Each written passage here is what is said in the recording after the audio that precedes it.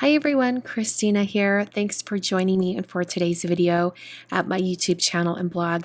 Today I'm going to be making a watercolor card and it's very simple. So simple that it's just a die cut on top of a watercolor background. But sometimes when you're experimenting with watercolors, you just don't have the heart to cover it all up or cut it apart. I'm sure many of you know exactly what I mean. So today I'm going to be using some watercolor paints from Sakura. These are the Koi watercolors. This is the Pocket Filled Sketchbox, but this is the one that has 48 different colors in it.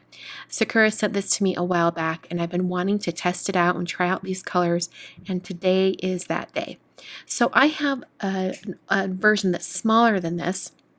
It only has 24 colors, which is still a lot of colors, but it's one of the first watercolor sets that I bought years ago when I first got into watercoloring on cards. And it's such good quality. If you've ever used more less expensive or budget-friendly paints, when you use this one in comparison, it's so creamy. The colors are intense. They're really fabulous. And these are a great price point as well.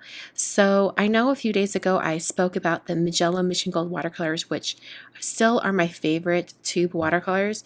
But if I had to buy a palette that was pre-made with all the colors in it, I would pick one of these just because the colors are so fabulous and the way they've created the palette is fantastic, where you can pull out the different pieces and there's plenty of work surface to work with. So as far as the watercoloring goes for today, the first thing I did was wet my watercolor paper, which is some Arches Cold Press. I wet that with clean clear water, and then I brought in a really pale kind of bluish aqua wash going all the way across this piece. I dried that with my heat tool so that bottom layer was completely dry, and then I brought in another layer of clean clear water. And while that surface of the paper is still wet, I'm bringing in some more intense shades. I'm mostly using kind of like a dull, dark navy blue and more of a really deep berry purple. It's kind of a reddish purple. It's really pretty. I had to mix the colors from this palette to get these colors. But like I had them in my head. These are the colors that I wanted. So I mixed those off to the side before I wet the watercolor paper so that I would have the colors ready to go. So I'm dropping in just little sections of color. I'm not having it come in any particular way. I want it to just be very organic. And at this point, I just really want to experiment with the color, see how it spreads, and really just let it become its own piece. I wanted it to be very organic looking. I didn't want it to be really polka dotty or anything like that. So for some of the areas that I put down quite a bit of color and then it didn't spread out quite as much, I came back with some clean water, just a clean brush, just to soften those edges. And as I spread that color out, it really gives a nice ethereal look to this entire background. So I'm bringing in some darker shades because I do want some intense colors. I'm mostly focusing on the darker areas on the edge of this watercolor paper. So bringing in a little bit of that clean water once again. And then I'm going to hit this with my heat tool to make sure that everything dries. You could let this air dry as well. You don't have to use a heat tool. I just get impatient. So at this point, I thought, you know what, let's combine this with some Finetec watercolors. So I got out my 12 pearlescent set, and I'm going to use two colors. I'm using this gold shade, and then I'm going to use the one that's at the very bottom of the palette on the left. So when I first dropped in this gold, I was thinking, oh no, I ruined my background. I was really loving how the background looked so far, and when I started adding in this gold, I was doubting myself. But you know what? I just kept going because I didn't actually have like a particular use in mind for this watercolor piece. I just really kind of wanted to experiment. So I dropped in a few more bits of gold along these areas, and then I put some gold on the edge of an acrylic block. And I used my paintbrush to flick the paint off the edge. This gives me a more controlled splatter pattern. And I just splattered that onto my watercolor piece. And once I added those really organic droplets and let it kind of splatter, I was really loving how it looked. So another point when I thought, oh no, I've ruined this, was when I brought in that darker kind of metallic reddish purple shade. I thought it went well with the color scheme I had going, but when I put it on, it was so intense and I really didn't know if I'd made the right decision. But I softened it out with a little bit of water.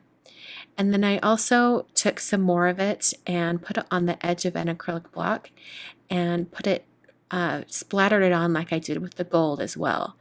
And you'll see me do that here in a minute.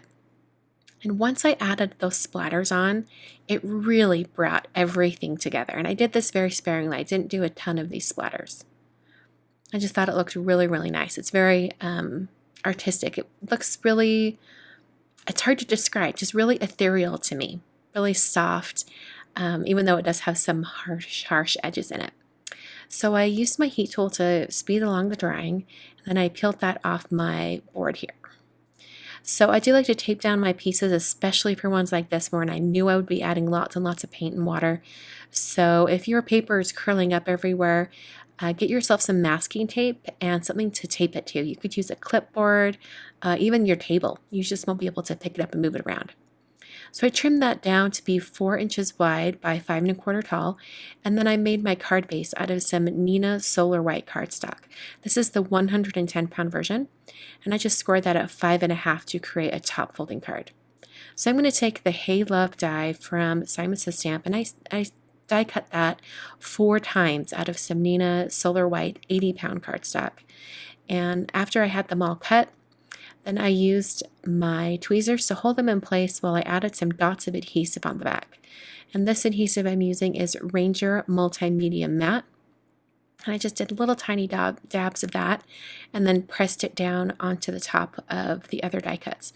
So these will be 4 die cuts thick, and it's just going to make it more substantial as I adhere it to my card front. So I'm adding all of those pieces onto my card front, and after I press each one down onto the card front, I'm quickly covering it with 2 acrylic blocks just for some added weight, and that will really press that adhesive down into the watercolor paper and make sure that those die cuts adhere completely to the front of my card. I'm going to put that down right here. And this will complete the card. Like I mentioned, this is super simple. I just could not bring myself to cut down this watercolor piece anymore or cover up any more sections because I loved it so much. So that's the card. I hope you guys enjoyed. I hope you'll try out using watercolor paints with your Finetec watercolor paints. I think it's really fun how they mix and layer, especially doing these in different layers. Thanks for watching, and I'll catch you very soon for another card video.